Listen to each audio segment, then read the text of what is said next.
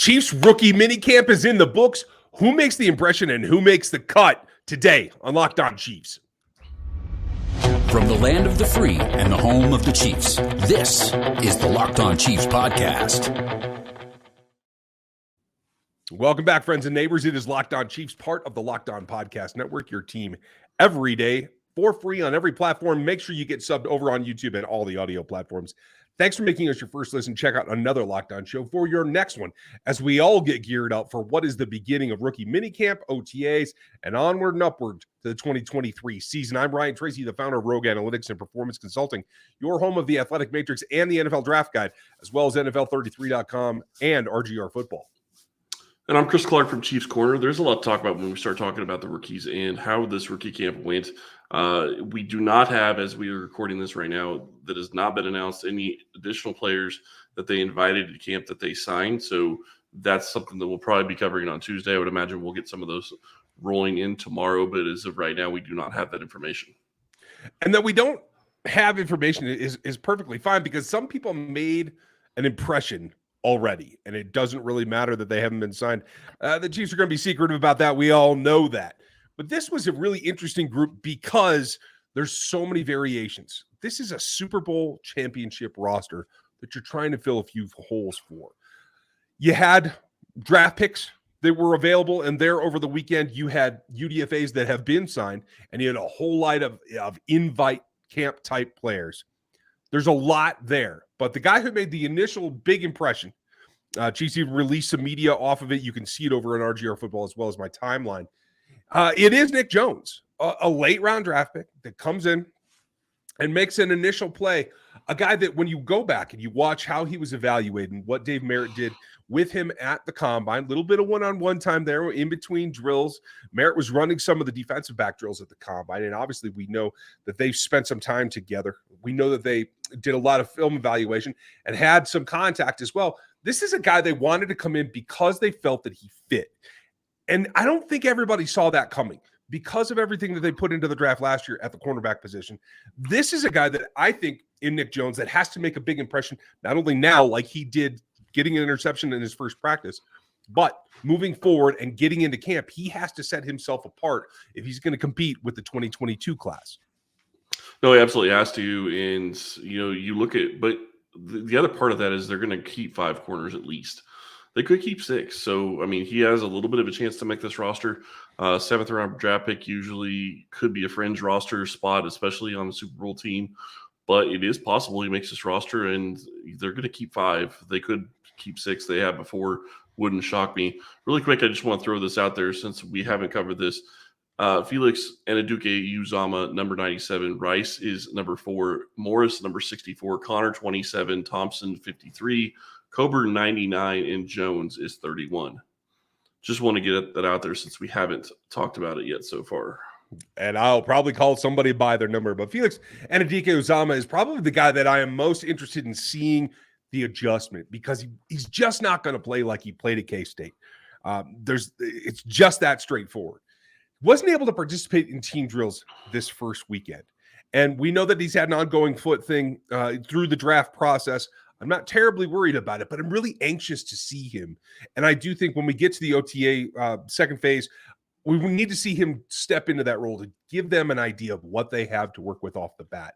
I visualize him, at least in the first half of the season before the bye, to be kind of a second, third down type, pass rush only type player. I don't see him playing the run or being a starter on first down right out of the bat.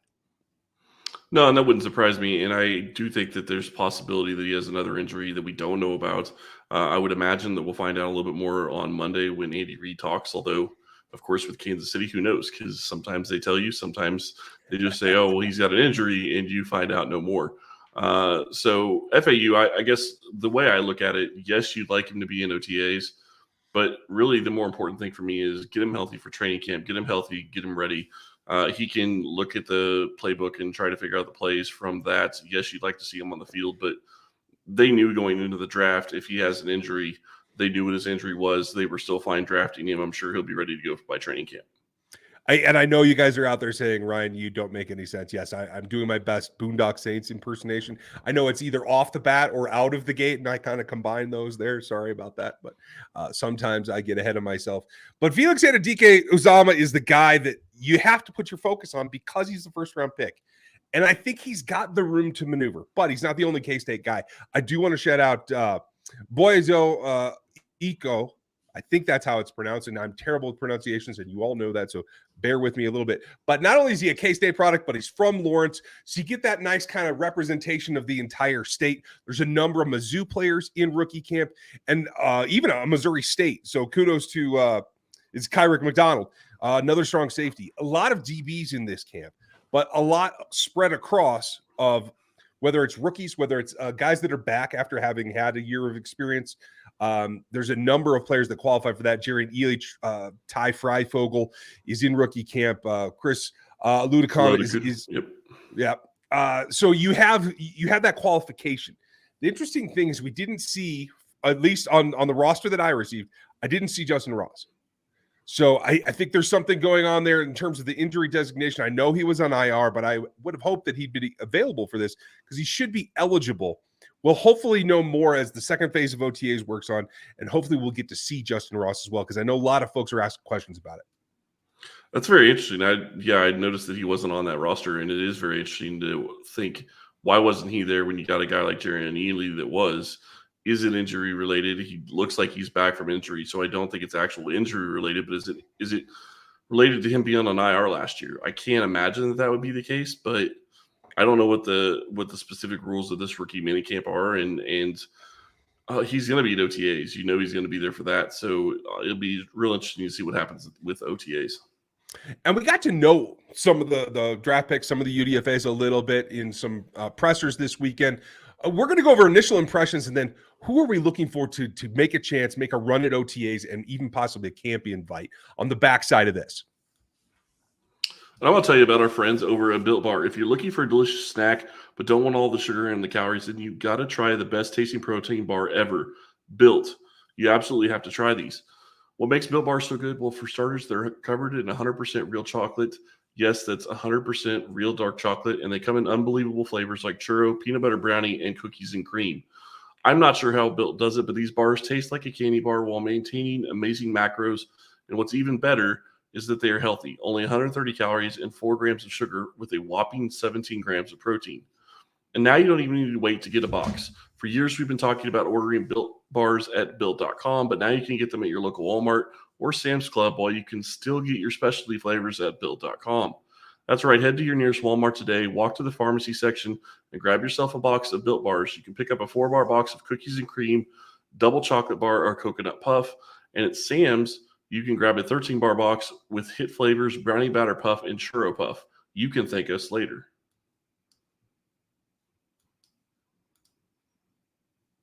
And Ryan's muted himself. Try to be respectful when you're doing a read, and then I forget to come back off of mute. But I do want to give you guys a heads up ourselves about some of the players that I think are starting to make an impression.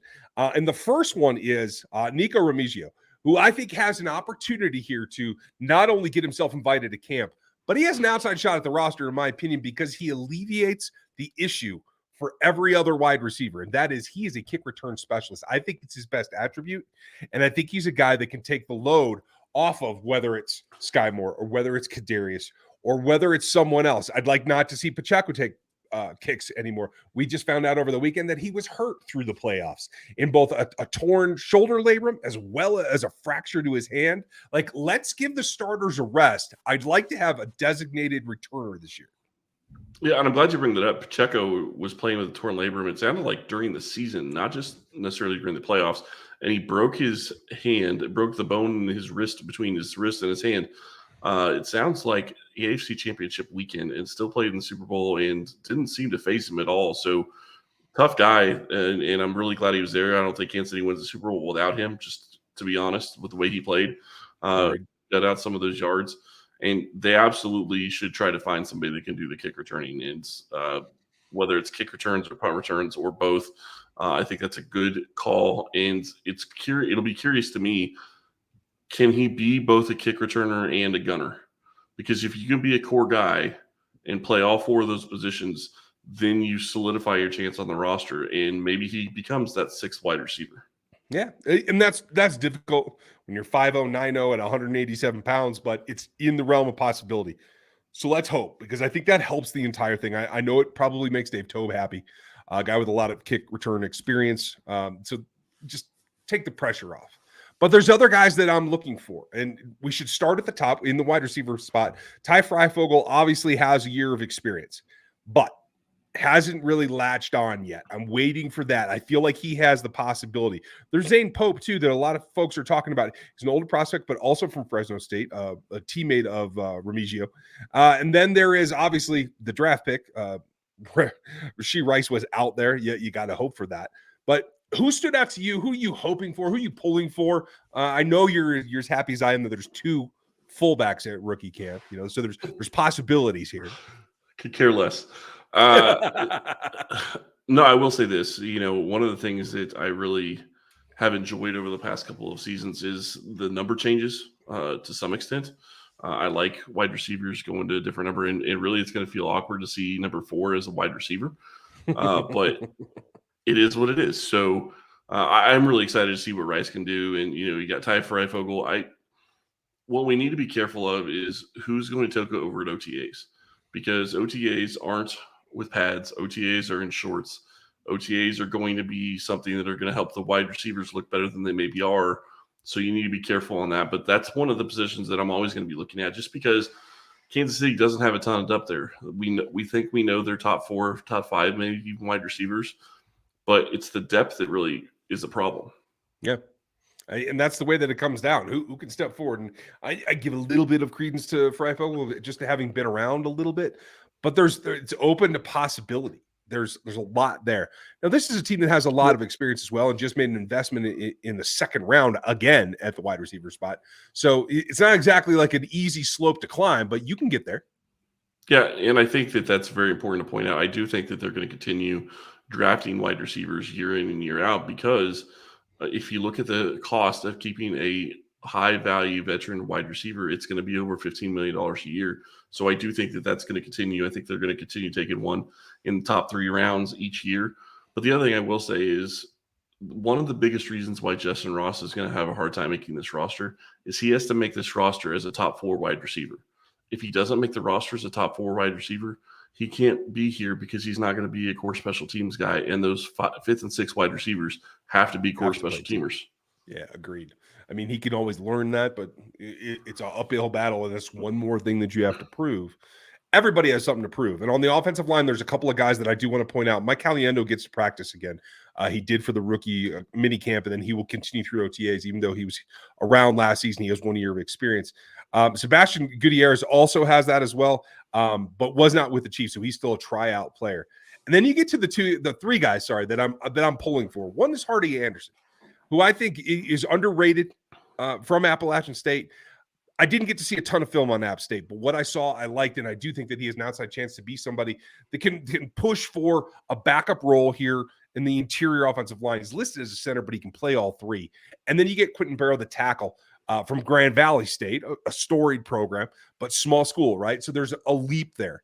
And then the one that I want to ask you about, it comes down to this. Wanya Morris is obviously going to be a part of this team and on this roster. You're a draft pick. That's the way that it goes.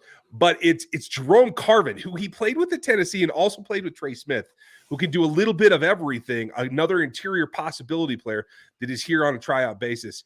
I don't know if he makes this 53, but I do think he should get an invite to camp, and that's Jerome Carvin. Yeah, and the curious thing to me is when you start getting to a point where Kansas City is at right now, you've got 8 guys that we think are pretty much a lock for the offensive line, maybe 9 that are almost a lock.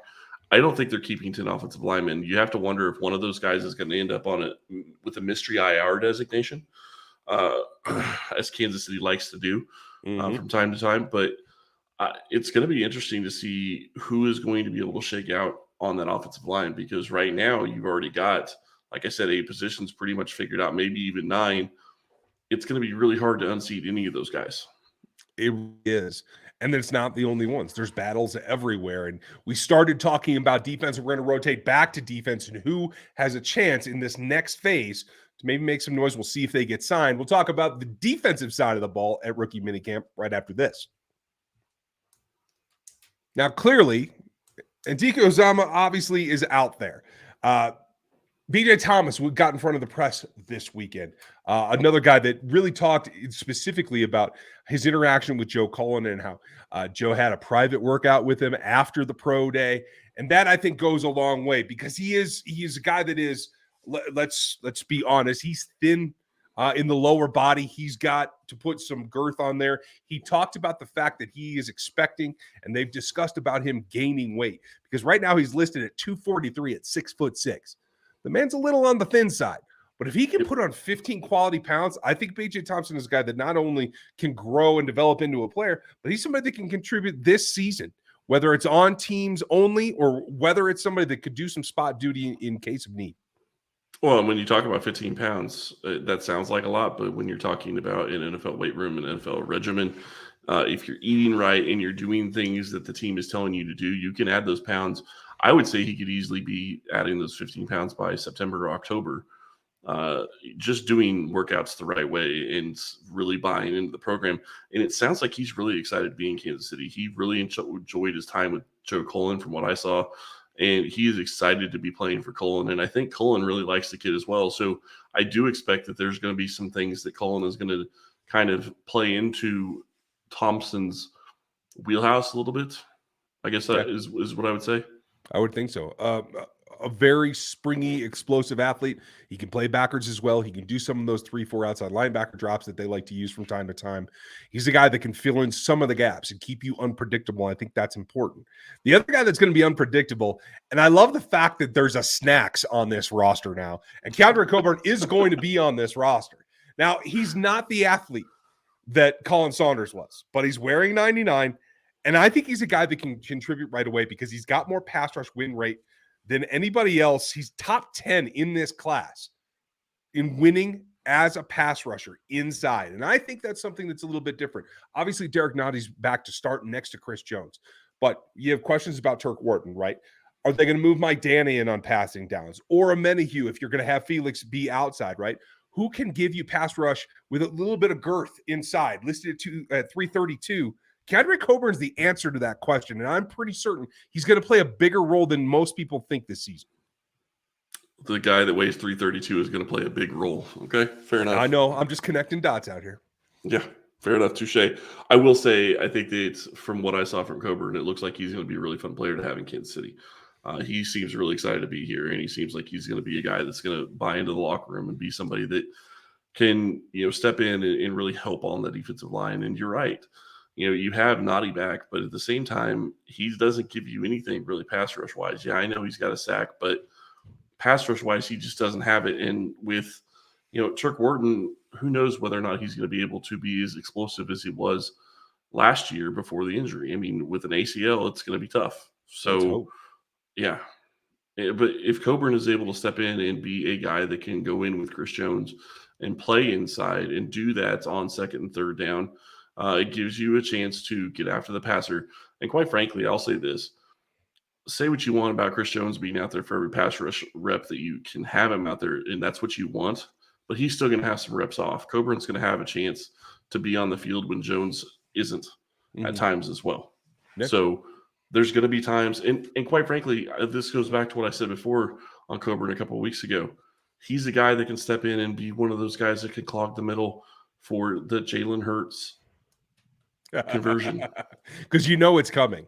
They didn't do much to add to their offensive side of the ball in Philadelphia, so they're doubling down. Until that thing's outlawed, they're going to keep running it down everybody's throat. I would expect other teams are going to start trying to do it too. Yeah, I would think so, but not everybody has Jalen Hurts, so I'm not as concerned about it. But we'll find out. The other interesting thing when we look at the roster that was at minicamp, and folks, we should have some signing information by Tuesday's show. Should come out here in the afternoon on Monday is the expectation. But one guy was, hey, knock on wood and everything else. One guy who was really interesting to me that I wasn't able to get film on pre-draft, and that was the Harvard pass rusher defensive end, Truman Jones. They listed him as a designated pass rusher on this roster this weekend. First time they've used that designation in at least 8 years. So that tells me he's got some juice coming off the edge. Is it enough to get him an OTA signing? Can he get into camp? Can he show something there? I'm really intrigued to see that player because I haven't had a glimpse of him yet. That'll be interesting if they're using a different designation like that for a guy like him. I'll be really interested to see what they do with that because that is out there. Yeah, I'm with you. A couple of Missouri guys are in the mix. I have to say as well, Manuel Martez. Sorry. All of these names are always fun to play with here as we get everybody coming down. But also, long snapper Jake Hoffman, I think, might be able to stick around for camp as a backup. You want to have a little bit of youth, maybe a little bit of variability there in some of your specialists. I know everyone would like to have a Jayhawk on this roster right now. It's just not coming to fruition, but everybody else gets somebody from their school. So rookie minicamp was a success as far as I'm concerned. Yeah, and man, you look at what this roster could be. I will say Truman Jones is actually already signed, so he will be in OTAs as long as they don't make a move and let him go. He was a guy that they signed as a UDFA. Okay, great. Yeah, so he will be there. I'm really curious just to see how many moves they make because it seems like every single year, and this is what we're talking about with the Tuesday versus Wednesday time frame. It seems like every year, at least 2 or 3, if not 4 or 5 guys end up coming to minicamp and getting signed afterwards. Mm-hmm. And right now, I'd have to look, and I will try to look that up as we're finishing up here. But I don't think the Chiefs have a full 90-man roster at this point.